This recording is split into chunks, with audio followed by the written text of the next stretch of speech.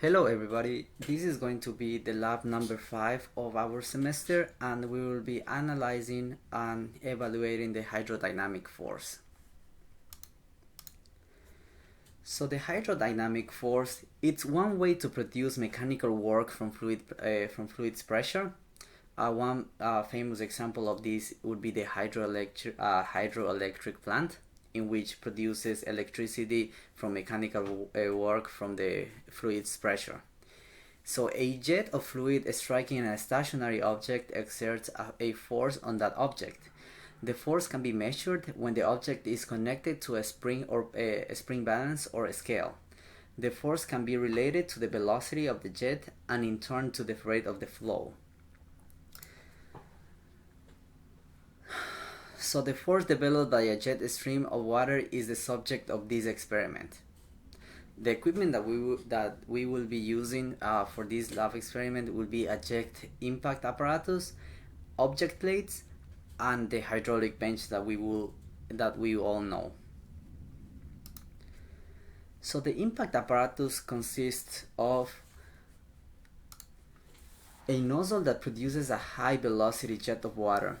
So we have our impact apparatus here connected to our hydraulic bench. So we know that we have to connect our hydraulic bench from the inlet between a tube.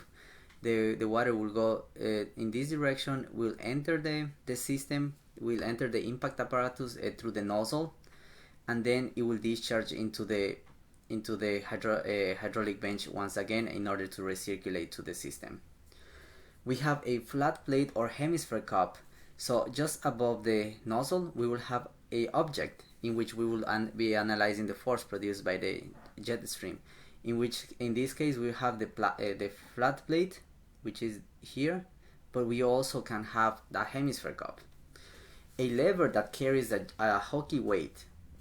So we have here a lever with a pivot, and it will be carrying a balancing weight in which we will obtain the force in which the water jet takes to have the system in equilibrium. A light spring that can be adjusted by an earlet nut. The spring is in this direction. It's not showing the picture, but you will be able to see it in the experiment. A transparent cylinder in order to see the flow, and an outlet in which it will be discharging to the hydraulic bench, like I said. So how it works? The water is fed through the nozzle. So like I said, we will have an inlet connection in here in which it will flow to the apparatus. The nozzle emits the water in a jet stream whose diameter is constant. So the diameter of the nozzle is constant.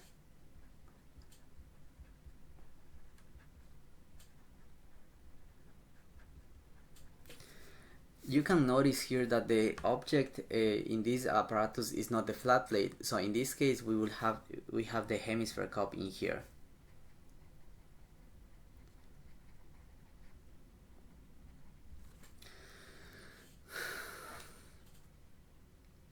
Yeah, the jet is aimed at a flat plate or hemisphere cup. In this case, the hemisphere cup. The force exerted on the plate causes the balance arm to deflect. So the force going, the force from the water jet, it will go upwards, and then it will cause the arm to deflect. So we will also have, as I said before, a weight at the top, and if we have a weight plus the multiplied by gravity and multiplied by its arm, we will produce a force, and the force will go in downwards. So so we will need to calculate the force produced by the weight, and we will need to calculate the force produced by the water jet also.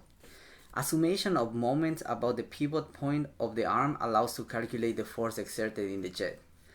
So the pivot arm distance will be a fixed distance from the pivot point to the middle of the nozzle, and then the next distance that we will need to calculate in the experiment it will be y.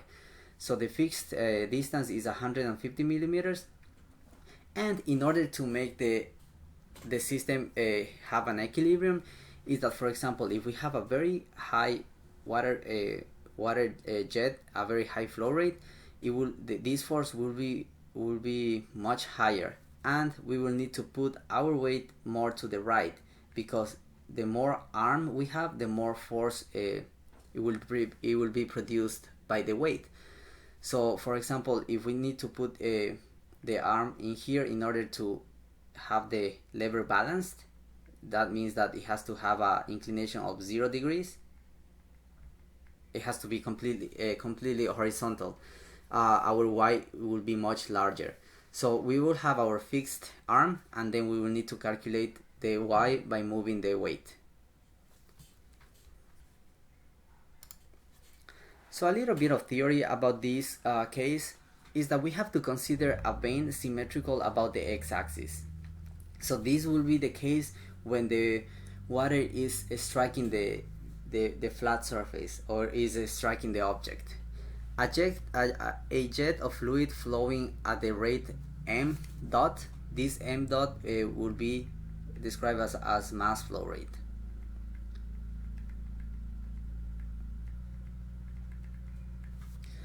With the units of kilograms per second along the x-axis with the velocity mu sub 0. It strikes the vane and is deflected through the angle beta. So the fluid leaves the vane with velocity mu sub 1, it will be meters per second, inclined at an angle beta to the x-axis. So we can see that the water jet is going completely perpendicular, and if we have a completely flat object, the water will need to find a direction to move forward. So it will go to the left or to the right. I'm sorry, to the right or to the left. Changes in elevation and in piezometric pressure in the jet from striking the vane to leaving it are neglected.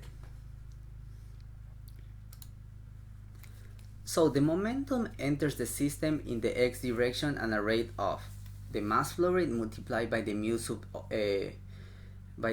0 in units of kilograms meters per square second. The momentum leaves the system in the same direction at the rate of mass flow rate multiplied by mu sub 1 cosine of beta, and then the force of the vane in the x direction is equal to the rate of change of momentum change. Therefore, we will have the force, it will be equal to the mass flow rate multiplied by mu sub 0 minus mu sub 1 cosine of beta. So ideally jets are isostatic or constant velocity, so that mu sub 0 will be equal to mu sub 1. Therefore, we will have this final equation in which is force equals to mass flow rate multiplied by mu sub 0 multiplied by 1 minus cosine of beta, and it will be in newtons. So this equation we will need to fix to our objects. So for example, we will fix this equation for our flat plate and for our hemisphere cup. For the case of the flat plate, beta it will be equal to 90 degrees, so that cosine of 90 degrees equals to 0. So why is 90 degrees? We have our completely flat object here. Our flow will go going upwards, and then the direction that the flow will take will be completely horizontal. So this angle is 90 degrees. In the case of the hemispherical cup, beta will be 180 degrees. So cosine of 180 will be equal to minus 1. So in the case of the hemisphere cup, we will have our hemisphere cup like this. In this, the edge of the hemisphere cup will be completely vertical. So we have our flow here, and the way the water will flow will be following the hemisphere cup, and we will leave the hemisphere cup completely perpendicular to the completely the opposite way that the flow entered. So this angle, since 90 degrees was in this direction and it goes down again, it will be this angle, which is 180 degrees. So therefore the force will be equal to 2 multiplied by the mass flow rate multiplied by mu sub O. which is twice the force at the plate. You will be able to see also in the video that the velocity is much higher when the hemisphere cup is used. Once it hits, therefore it will be twice as hard, the force, and it is because of the angle in which the water jet travels.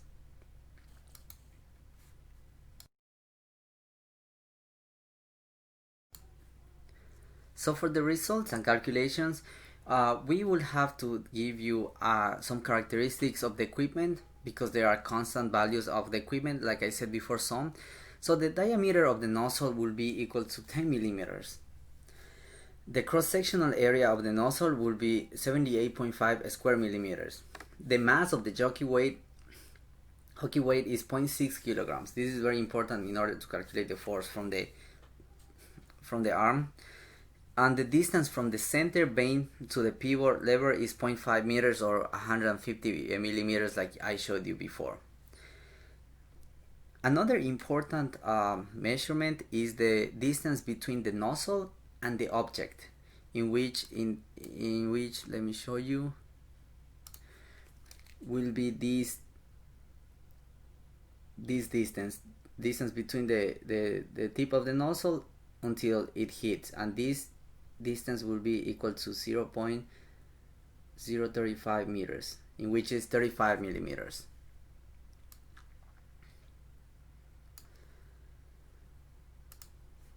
So we will have here the distance.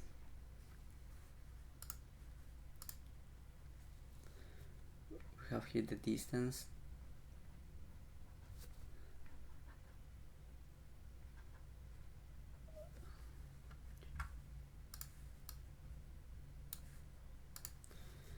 Distance from the nozzle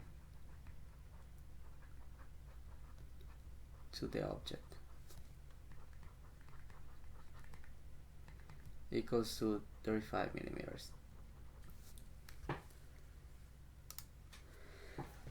So in order to calculate the force from the hockey weight, the hockey weight's 0.6 multiplied by gravity, and this is the calculation of the force, because every mass is subject under the force of gravity.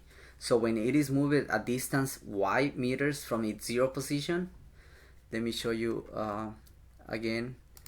The zero position will be just at the middle of the nozzle in here. This will be the zero position. We have our fixed pivot arm, and then we will need to calculate this y.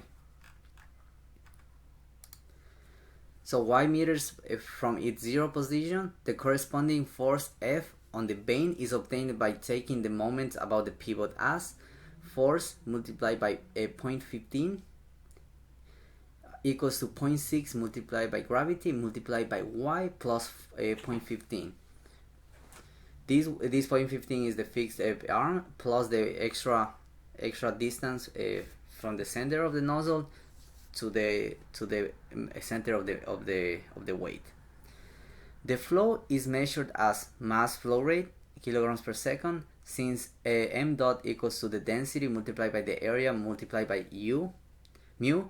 The speed of the jet at the exit on the nozzle will be equal to mu equals to mass flow rate divided by the density multiplied by the area, equaling a mass flow rate divided by 1,000, which is the density. You could use 1,000, it's okay, but you can also use the density obtained in the first laboratory session, multiplied by 78.5, multiplied by 10 to the minus 6, and this will be the area that I just showed you before, the 78.5 square millimeters. So remember, everything we will be managing here in meters, so that's why the conversion factor. It's valid to note that that this mu is the velocity at the start of the nozzle. So the mu that we just calculated is the velocity, is the mu at here, just when the water comes out from the nozzle, and then we will calculate our mu sub zero, which is the velocity when it hits the object.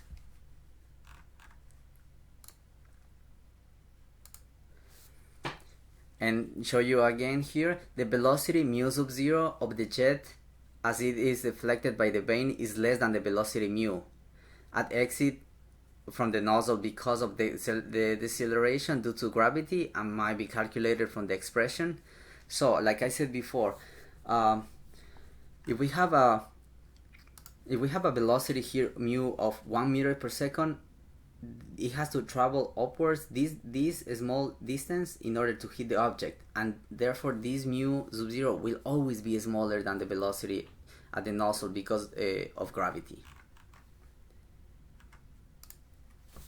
So the mu sub 0 square will be equals to mu square minus 2 multiplied by gravity multiplied by the distance between the nozzle and the object, which is 35 millimeters. Results and calculations should each be represented in the form of the following table. So we have all the equations we will need to obtain the force, and I will tell you how to obtain the table of the results. So for the table of the data and results, we have the data and calculated results for the flat plate in this case.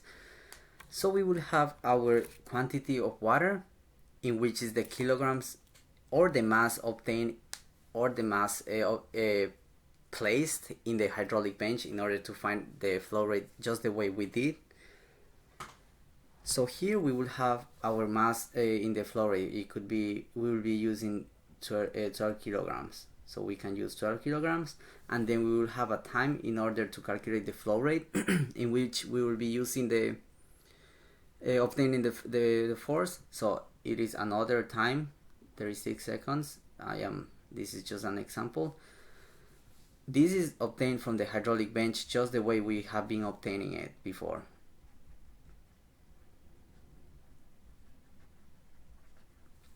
And then we will have our y, in which is just the distance, the extra arm distance in order to calculate the force. So this is also a data that we need to obtain from the experiments, and it will be given in the data sheets. Then we will have our mass flow rate, in which is kilograms per second, in which basically you just need to divide the quantity of water, which is 12 kilograms, divided by the time.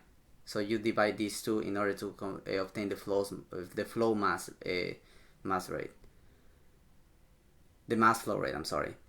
So in order to calculate the velocity mu, you will need to use the equation 2 that I show you here. Also for mu sub 0, once you calculate the velocity from the nozzle, then you will need to use this equation to obtain mu sub 0. You have in here, and then you will need to multiply and do the rate delivery of momentum. Then it will be equals to mass flow rate multiplied by mu sub 0. We will obtain this, and then we will obtain our force, which is equation number y, the force from the weight. So these two parameters, or these two values, we will need to compare in order to do the analysis and discussion, because this is the force from the weight, and this is the force that it will be going downwards, and this is the momentum and the force from the water jet, so it will be going upwards. So we will need to compare these two forces, because like I said before, we will do 5 sets in total. So the first set we will have a flow rate. For the different sets we will have different flow rates. So under a certain flow rate we will need to find a y in order to the system be in equilibrium. That is to say that the lever has to be completely horizontal. So during the experiment we will measure the mass, kilograms in the weight tank. Like I said, the time that takes to fill up the weight tank to the mass at the level arm. This is basically the flow rate from the hydraulic bench. Then we will have to do the distance of the center of the vane from the pivot point, y, the distance of the nozzle, which is 10 millimeters. Oh, sorry, the diameter of the nozzle, which is 10 millimeters. The cross-sectional area of the nozzle A sub 0 equals to 78.5 square millimeters, the mass of the Hawking mass, which is 0.6 kilograms, and the height of the vane above nozzle tip, which is 35 millimeters, just like I explained it to you. So for the discussion and results, we will need to plot the force of vane F versus the rate of delivery delivery of momentum m mu sub 0. For the flat plate, the slope of the graph it will be close to 1. But for a while the hemispherical should be close to 2, and that's due because of the shape of the object. Different shapes of objects we will create very different forces, since because of the angle angle beta, like I explained it to you. Discuss how far off your values from the above are and why. So for example, if you do your experiment and you do the plot and you obtain your regression curve, regression line, and then you obtain the slope and you say, my slope is not 1, it is 1.2, or it is 0.9. We have to say, why is that happening? Why is my slope less than 1, or why is my slope more than 1? And the same for the hemispherical cup. So we will need to analyze and describe the why is that happening. Maybe our velocity, maybe our force was less from the water jet than the force from the jockey distance, from the jockey weight, and vice versa. Also, it is important to say that some sources of error, it could be, like it could be different variations in the time because of human judgment in order to calculate the flow rate and the mass flow rate. Another thing, it could be different measurements from the Y. You can measure maybe a little bit more or a little bit less. That could be also due to human judgments. And all these parameters and variables are yet to be discussed in the discussion part. It will be maybe a reason why is it 1 or why is it 2. But most commonly, rather than the Y, because it's pretty accurate. One of the best ways to find the error, it could be because of the hydraulic bench, since it is very difficult to get a correct time and to stop the time in a good way. So the variables involved in this experiment are the mass rate or flow rate. The volume flow rate is obtained by dividing the volume by the time. The velocity of jet obtained by dividing the volume flow rate by jet area.